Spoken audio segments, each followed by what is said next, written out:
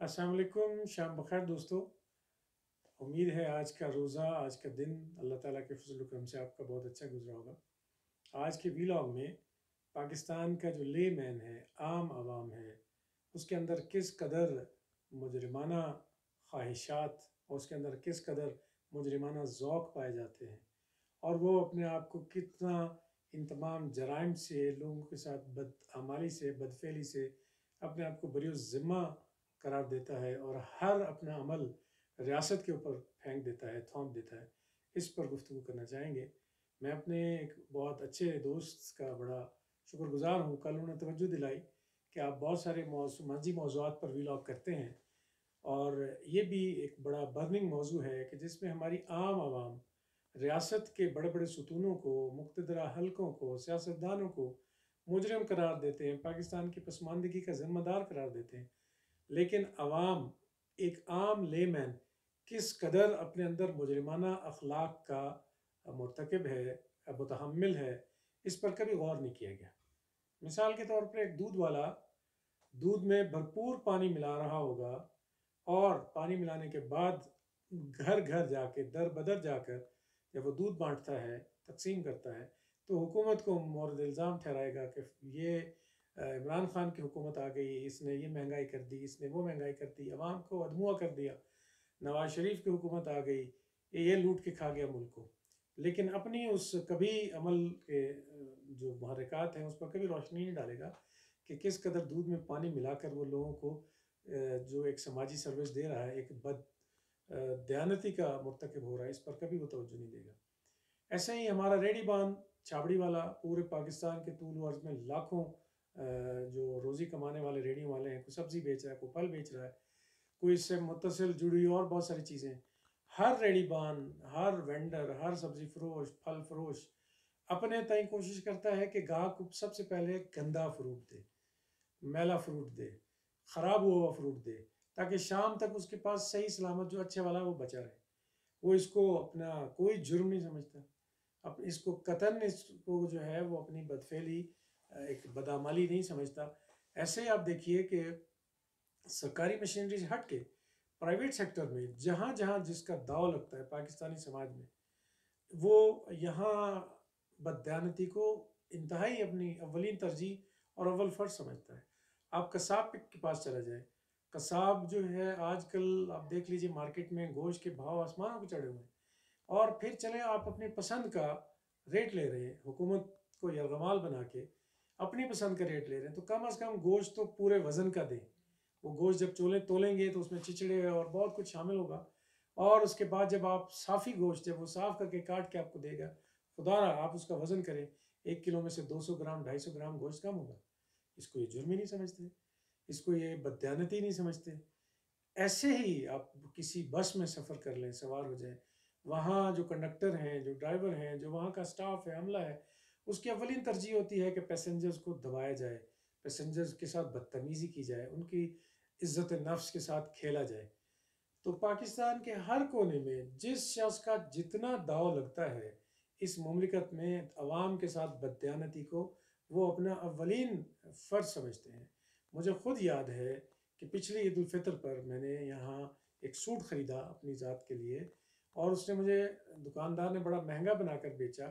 اب یقین جانیں گے کہ اس کی داڑھی، اس کی وضاقتہ اور اس کی جو ہے وہ بڑے مذہبی کلمات ادا کرنے کے نتیجے میں اس کی اس ملمہ سازی میں آیا، سوٹ بنوایا، اور پھر عید کے بعد جب اس سوٹ کی دھلائی ہوئی اور اس کی حشر نشر ہو گیا، تو میں شکوہ کرنے جب اس کے پاس گیا، الٹا وہ مجھ پہ دھونسے مارا ہو کہ آپ نے ان میں کوئی پانی غلط ڈال دیا ہوگا، کوئی صرف غلط ڈال دیا ہوگا، ادروائز ہم تو ایسے ہیں ہی نہیں۔ تو یہ ایک مجرمانہ عادات ہماری پوری سوسائٹی کی موجود ہیں۔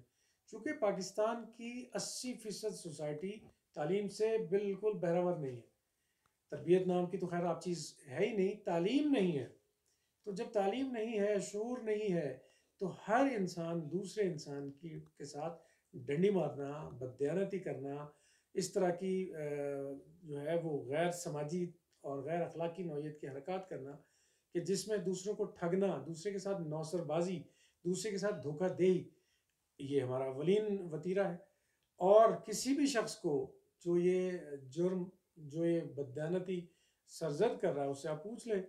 کہ جناب ملک کے حالات کیوں نہیں بدل رہے، تو وہ یا تو عمران خان کو ذمہ دار قرار دے رہا ہوگا، یا فوج کو ذمہ دار قرار دے رہا ہوگا، یا نواز شریف زرداری کو، یا جتنی بھی مروجہ پارٹیاں ہیں ان کو وہ ذمہ دار قرار دے رہا ہوگا۔ تو آپ اندازہ کر لیجئے کہ من حیث القوم ہم کس قدر کرمنل ہیں۔ ہم ترکی میں تھے ایک شاپنگ مال میں، وہاں ہم جب کاؤنٹر پہ گئے پیمنٹ ادا کرنے، تو وہاں جو لیڈی سیلز ریپ کھڑی تھی انہوں نے کہا کہ آپ فارنر ہیں؟ ہم نے کہا جی۔ انہوں نے کہا آپ اپنے پاسپورٹ دکھائیے، آپ کو سیلز ٹیکس ایگزمپٹڈ ہے فارنرز کو، تو ہم آپ کو سیلز ٹیکس نہیں چارج کریں گے۔ تو ہمیں اس قدر حیرت بھی ہوئی اور خوشی بھی ہوئی کہ آپ یہ دیکھیے کہ فارنرز کو کس طرح یہ لوگ ٹریٹ کر رہے ہیں، ہمارے ساتھ فیئر ڈیل کی جو بات ہے اس کو کس طرح جو ہے وہ اچھے انداز سے یہ کر رہے ہیں۔ اسی طرح بہت سارے ہوٹلز میں ہم ٹھہرے، تو ایک ہوٹل میں ہم کشت دسائی شہر میں تھے، تو وہاں میرے کمرے کے ریفریجریٹر میں پانی نہیں تھا، تو میں نے کمپلینٹ کی ریسیپشن پہ، تو ہوٹل کا مینیجر مجھ سے سوری کرنے آیا کہ یہ ایک تعلیمی ادارے کا یہاں ٹور ہے، بچے موجود ہیں اور یہ ان کے پرنسپل ہیں، ان کے ہیڈ ٹیچر ہیں، تو ان کے کمرے میں پانی کیسے نہیں ہے؟ تو اس نے پرسنلی مجھے ایکسکیوز کیا، اور صبح جب ہم اپنے سیر سپاٹے پہ نکلنے لگے تو صبح پھر اس نے مجھے سوری بولا کہ رات آپ کے ساتھ، اور پھر جب ہم پرماننٹلی ہوٹل سے چیک آؤٹ کیا پھر بھی انہوں نے سوری کیا۔ اس قدر اچھے اخلاق ہیں لوگوں کے۔ لیکن ہم من حیث القوم، ہمارا عام آدمی ریڑی بان ہے، ہمارا ایک کلرک ہے، ہمارا ایک پولیس والا ہے، جس کسی شخص کے پاس بھی سماج میں کوئی کردار ہے، کوئی رول ہے، جو عام آدمی ہے، اس کے پاس کوئی کیریکٹر ہو سکتا ہے، وہ مالی ہو سکتا ہے، وہ چرواہا ہو سکتا ہے، وہ قصاب ہے، جیسے میں نے ذکر کیا،